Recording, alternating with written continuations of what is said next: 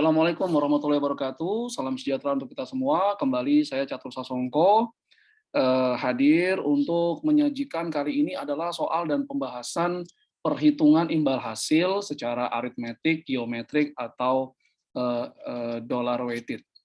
Ya, ini adalah materi yang ada dalam e-learning manajemen investasi. Oke, kita mulai ya. Nah, ini soal dan pembahasan imbal hasil menghitung dengan rata-rata rata-rata aritmetik, kemudian juga geometrik dan dollar weighted ya, dollar weighted. Oke.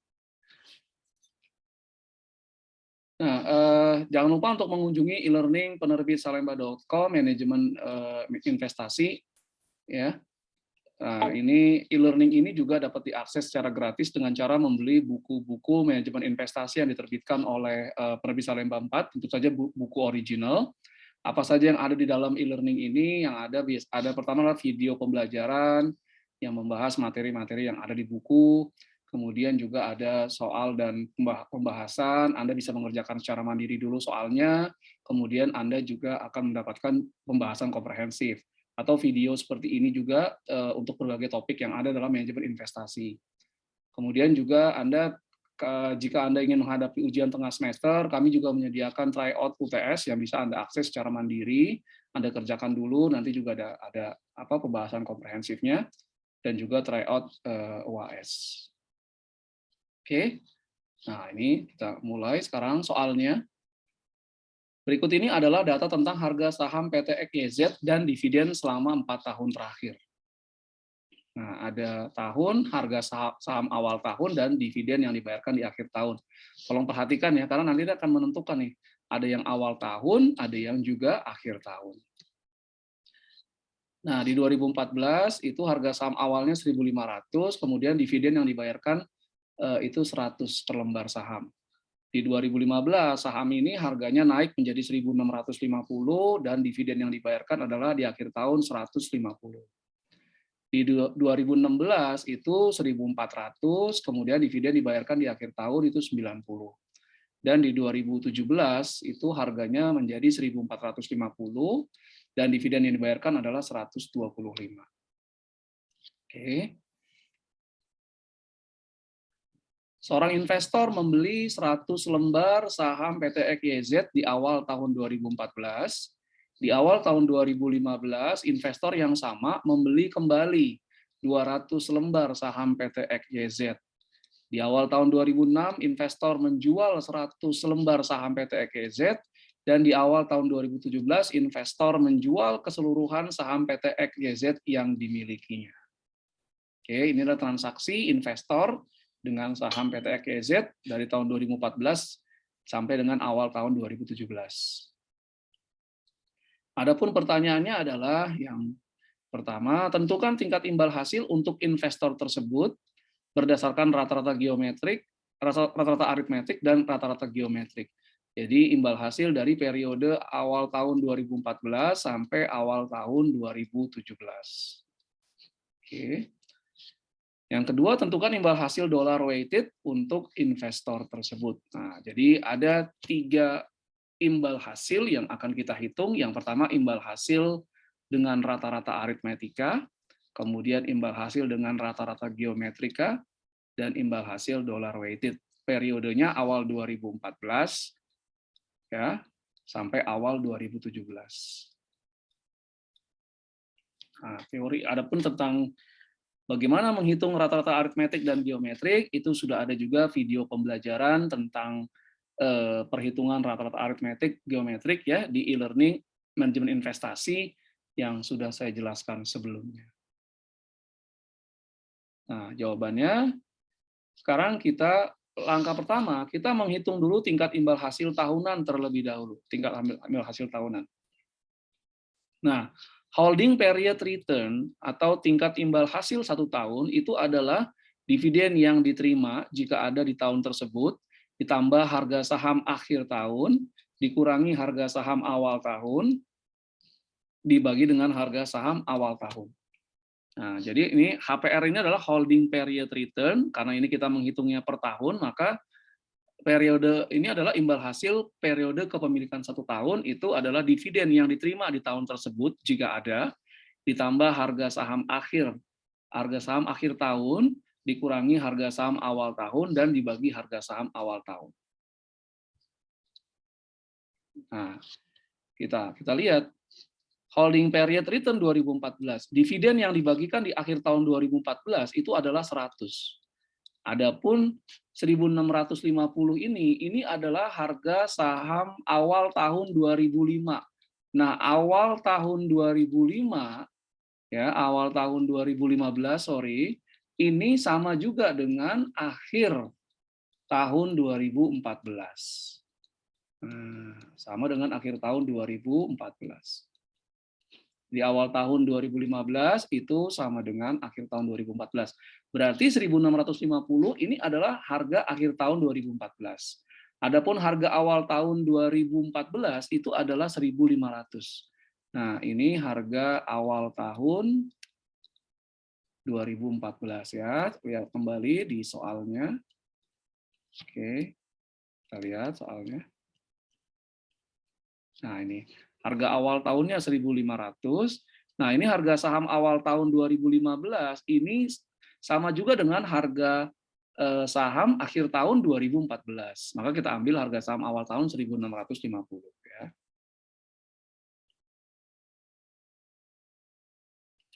Kita dapatkan 16,67% ya. Ini positif karena harga saham akhir tahun ditambahkan dividennya lebih tinggi daripada harga saham awal tahun 2014. Cara yang sama kita lakukan untuk holding period return tahun 2015. 150 ini adalah dividen yang diterima di akhir tahun 2015. Akhir tahun 2015. 1.400 ini adalah harga saham PT XYZ ini di awal tahun. Nah, awal tahun 2016. Nah, awal tahun 2016 itu sama dengan akhir tahun 2015 ya. Oke. Sedangkan 1.650 ini adalah harga awal tahun 2015. Dibagi dengan harga awal tahun 2015, kita dapatkan minus negatif karena saham ini mengalami penurunan sampai dari 1.650 menjadi 1.400 di akhir tahun ya. Jadi turun sampai 250, adapun dividennya hanya 150. Jadi perolehan dividen di akhir tahun 2015 itu tidak mampu menutupi penurunan harga saham di akhir tahun 2015. Nah, berikutnya kita mencari holding period return di tahun 2016. Nah, 90 ini adalah dividen yang dibagikan di akhir tahun. Ya, ini dividen akhir tahun 2016. Oke. 1.450 ini adalah harga saham awal 2017. Harga saham awal 2017 ya sama aja dengan harga saham akhir 2016. 1.400 ini adalah harga saham awal tahun 2016. Dibagi harga saham awal tahun 2016. Dapat 10% ya. Jadi 90 ditambah 1.450 dikurangi 1.400 dapat 140, dibagi 1.400 dapat 10%. Jadi kita dapat sekarang imbal hasil di 2014 16,67, imbal hasil di 2015 minus 6,6, dan imbal hasil di 2016 10%. Nah, ketika kita sudah dapat imbal hasil 2014, 2015, 2016, maka kita bisa menghitung rata-rata aritmetiknya. Pertama, imbal hasil aritmetik. Nah, imbal hasil aritmetik ini itu adalah rata-rata dari imbal hasil yang ada. Jadi imbal hasil karena yang kita cari adalah imbal hasil selama periode 2014 sampai 2017 awal atau 2016, maka kita masukkan imbal hasil 2014 ditambah 2015 tambah 2016 dibagi 3 karena ada 3 tahun. Maka kita peroleh imbal hasil aritmetiknya adalah 16,67%, Di 2015 minus 6,6%, di 2016 10% dibagi 3, kita dapatkan imbal hasil aritmetik periode 2014 dan 2016 adalah 6,87%. Oke, ini aritmetik. Berikutnya kita masuk ke imbal hasil geometrik. Nah, imbal hasil geometrik langkah yang pertama itu rumusnya adalah kita tambahkan setiap imbal hasil dengan 1 kita kalikan. Jadi 1 plus imbal hasil 2014, 1 plus imbal hasil 2015, 1 plus imbal hasil 2016. Oke, ya, terus kita kalikan ya semua hasilnya ini. Kemudian karena ini ada 3 tahun, maka akarnya akar 3.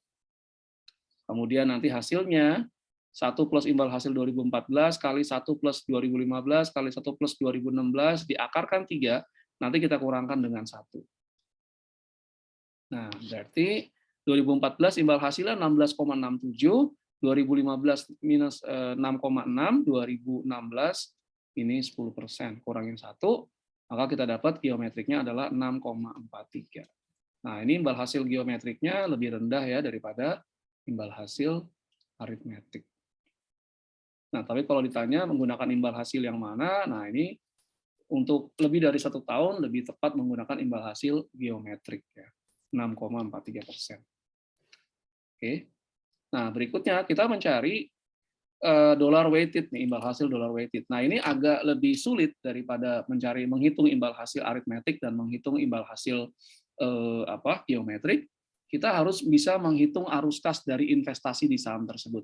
Nah, tadi ada transaksinya ya, kalau mau dilihat ada transaksinya. Nah, keterangan transaksi ini penting karena ini mempengaruhi arus kas. Investor membeli 100 lembar saham PT EKZ di awal tahun 2014. Berarti di awal tahun 2014 investor ini ada pengeluaran kas sebanyak 100 lembar saham PT EKZ dikali harga saham PT EKZ di awal tahun 2014. Nah, kemudian nanti kita lihat di akhir tahun 2014 perusahaan juga memperoleh dividen. Nah, itu berarti kalau memperoleh dividen ada arus kas masuk. Nah, di awal tahun 2015 investor yang sama membeli kembali 200 lembar saham. Nah, ini berarti kalau membeli ada uang keluar. Nah, di 2015 juga ada dividen, berarti ada uang yang masuk, ada kas yang masuk. Di awal tahun 2016 investor menjual 100 lembar saham. Berarti kalau menjual saham ada uang kas masuk. Nah, di awal 2017 juga investor menjual keseluruhan saham. Nah, dollar weighted return itu dipengaruhi oleh transaksi pembelian, penjualan saham, dan penerimaan dividen. Makanya perhatikan ini ya. Oke, saya kembali sekarang kita lihat. Oke. Nah, tahun 2014, nah dia membeli saham 100 lembar kali 1.500. Maka ada uang kas keluar dari investor tersebut minus Rp150.000. Tahun 2015, dia membeli saham 200 lembar kali 1.650 harga awal tahun 2015 ya. Nah, ini awal tahun ya semuanya ini. Pembelian sahamnya dilakukan di awal tahun. Minus 330. Kemudian dia memperoleh dividen 100 lembar kali 110.000. Nah, dividen yang diterima di akhir tahun 2014 ini, jadi Anda lihat ya, di akhir tahun 2014, ya ini membeli saham awal tahun 2015. Nah, saya akan jelaskan dulu, mungkin Anda akan bingung nanti. Dividennya diterima di akhir tahun 2014. Nah, akhir tahun 2014 itu sama dengan awal tahun 2015, makanya kita masukkan ke awal tahun 2015. Kenapa seperti itu? Karena nanti kita akan lihat dari arus kasnya ya. Jadi diterima dulu seperti ini, terus saya akan jelaskan. Oke, jadi netnya tahun 2015 itu uang kas yang keluar adalah kalau ini kita jumlahkan jadi minus 320.000. Oke. Di tahun 2016, nah dia menjual saham 100 awal tahun 2016 ya. Menjual 100 lembar, harganya awal tahun 2016 1.400. Maka ada aliran uang kas masuk ke investor 100 kali 1.400, 140.000. Kemudian memperoleh dividen. Nah, ini dividen yang diterima di akhir tahun 2015. Di akhir tahun 2015 ini sama aja dengan awal tahun 2016. Nah, makanya dia dimasukkan ke penerimaan arus kas di 2016. Ya. Nah, 300 lembar sekarang. Jadi awal tahun 2014 investor punya 100 lembar. Ya, nih 2014. Kemudian awal ditambah lagi awal 2015 itu 200 lembar. Ya. Jadi di 2006 di akhir 2015 ketika dibagikan dividen, investor ini punya 300 lembar. Makanya dia dapat 300 lembar kali dividen yang dibayarkan di 2016 Rp150. Di 2017 awal tahun dia menjual nih semuanya 200 lembar kali 1.450. Maka aliran kas masuknya 290.000. Nah, kemudian ada dividen dari 2026. Nah, dividen 2026 dia dapat Rp90 ya kali 200 lembar. Nah, dari kenapa 200 lembar? Dia memang punya 300 di akhir akhir tahun 2015, tapi kemudian dijual di awal tahun 2016 100, berarti tinggal 200. Nah, 200 ini yang dikali 90. Ya. Jadi mudahnya akhir tahun 2015 saham yang dimiliki 300, oke, kemudian dijual di awal tahun 2016 ini dijual saham sebanyak 100. Maka di akhir tahun 2016 saham yang ada itu hanya 200 lembar. Nah, ini sehingga dividennya atas 200 lembar. Oke. Nah, ini dibuat ya.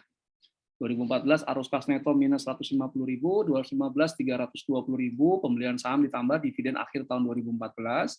2016 ini penjualan saham 100 ditambah dividen yang diterima di akhir tahun 2015, dan 2017 ini adalah penjualan saham seluruh yang tersisa ditambah dividen di akhir tahun 2026. Nah, jadi dollar weighted return itu sebetulnya hampir sama dengan internal rate of return. Ini adalah IRR adalah discount rate yang membuat NPV sebuah project ya, sebuah project itu sama dengan 0. Nah, arus kas ini kenapa tadi dividen 2014 masuk ke 2015? Karena kalau Anda masukkan dividen akhir tahun 2014 dengan arus kas tahun 2014, itu awal beli sahamnya kan di awal tahun 2014, ya kan? Sedangkan dividennya diterima di akhir tahun 2014. Nah, secara time value of money itu udah berbeda. Yang awal tahun 2014 dengan yang dividen diterima di akhir tahun 2014 itu nilai sekarangnya berbeda. Makanya yang penerimaan dividen di akhir tahun 2014 dimasukkan ke 2015. Nah, sama dividen di akhir tahun 2015 ke 2016 arus kasnya. Dividen yang 2016 ke 2017. Nah, secara IRR ini adalah 0 minus 150, ini 300, ini tahun 2014 tahun ke 0 gitu misalnya, 2015 tahun ke-1, 2016 tahun kedua, 2017 tahun ketiga. Makanya di sini dia tidak ditambahkan dengan tidak dibagi dengan 1 plus IRR, karena kalaupun Anda mau bagi dengan 1 plus IRR pangkat 0 kan juga 1. Nah, ini pangkat 1, pangkat 2, pangkat 3. Nah, yang dicari adalah IRR-nya. Ini kita bisa menggunakan trial and error, tapi itu sangat lama, interpolasi, atau menggunakan financial calculator. Nah, di sini saya akan menggunakan Microsoft Excel ya. Oke. Nah, ini kita lihat ada 2014, 2015, 2016, 2017. Oke.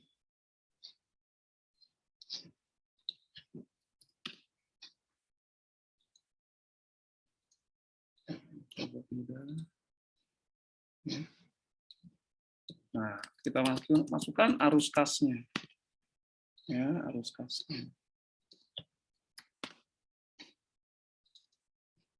Oke, arus kas 2014 tadi adalah minus 150.000.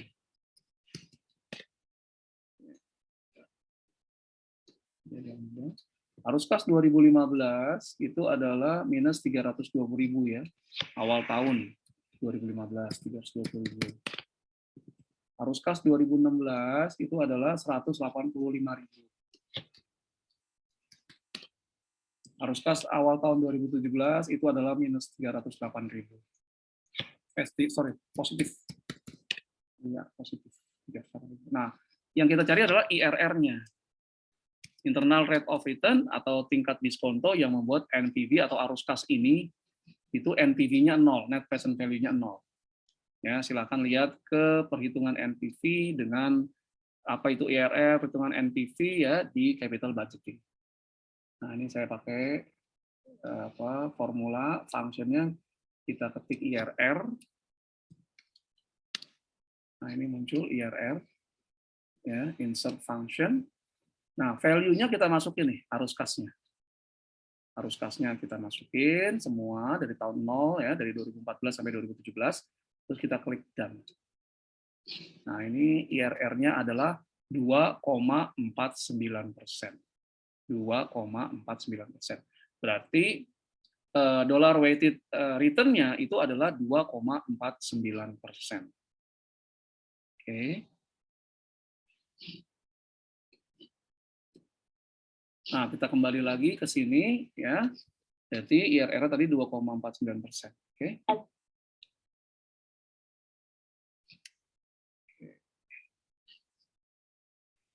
Oke, dengan demikian berakhir sudah presentasi saya terkait dengan soal dan pembahasan perhitungan imbal hasil secara aritmetik, geometrik, dan dollar weighted.